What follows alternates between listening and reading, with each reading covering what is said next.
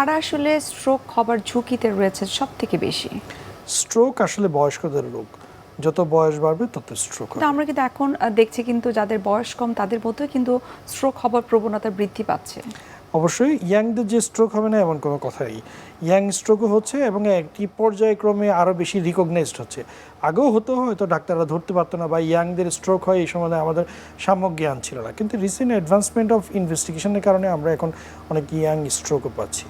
তবে stroke is a disease of elderly, বয়স্কদের stroke হয় বেশি, পুরুষদের বেশি হয় যাদের উচ্চ রক্তচাপ, ডায়াবেটিস, কোলেস্টেরলের সমস্যা, বিভিন্ন রকম হরমোনজনিত প্রবলেম যেমন থাইরয়েড হরমোনের অভাব, দুশ্চিন্তা, বিভিন্ন রকম বাজে অভ্যাস যেমন স্মোকিং করা, অ্যালকোহল বা নেশাজাতীয় দ্রব্য সেবন করা, বাজে লাইফস্টাইল, ফ্যাটি হয়ে যাওয়া, কম ঘুমানো, দুশ্চিন্তা করা, এগুলো রিস্ক ফ্যাক্টর। স্ট্রোকের রোগীর অর্থাৎ তার স্ট্রোক হলো, তার পরবর্তী সময়ে দেখা যায় যে 4 ঘন্টা বা 6 ঘন্টার মধ্যে নিয়ে আসলে এক ধরনের ট্রিটমেন্ট, 12 ঘন্টা পরে যদি রোগীকে হসপিটালে নিয়ে আসে তখন এক ধরনের ট্রিটমেন্ট, সেই প্রোটোকলটা আসলে জানতে চাই।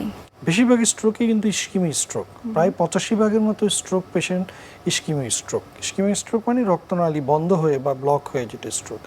এই স্ট্রোকের আগে আমরা কনভেনশনাল ম্যানেজমেন্ট দিতাম, যেখানে আমরা রক্ত তরল করার অ্যাসপিরিন দিতাম, কিন্তু রুগীর তাতে খুব ইমিডিয়েট কোনো ইমপ্রুভমেন্ট হতো না। ফিজিওথেরাপি করতো, কিন্তু রুগীর এক হাত এক পায়ের যে প্রবলেম এটা থেকেই যেত। কিন্তু রিসেন্টলি স্ট্রোকের কিছু অত্যাধুনিক ইনজেকশন এসেছে, যেটাকে থ্রম্বোলাইসিস, আইভি থ্রম্বোলাইসিস বলা হয়। এই ইনজেকশন দেওয়ার মাধ্যমে রোগীর অনেক উন্নতি এবং অনেক সময় একদম স্বাভাবিক জীবনযাপন করতে পারে। কিন্তু এই ইনজেকশনটা দেওয়ার কিছু টাইম লিমিট আছে, যেই জন্য আমি প্রথমেই বলেছি টাইমটা খুব গুরুত্বপূর্ণ।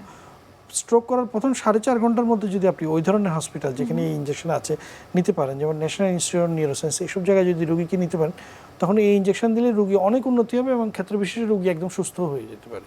আচ্ছা, তবে যদি প্রথম 4.5 ঘন্টা চলে যায়, 12 ঘন্টার মধ্যে গেলে তখনও আপনাকে এনজিওগ্রামের মাধ্যমে মেকানিক্যাল থাইম্বক্টমি করে রোগীর অনেক উন্নতি করা যেতে পারে। কিন্তু অনেক সময় 12 ঘন্টার সময় পেরিয়ে গেলে সেই সুযোগটুকু থাকে না, তখন আমরা ওষুধ এবং ফিজিওথেরাপির মাধ্যমে যতটুকু উন্নতি করা যায়।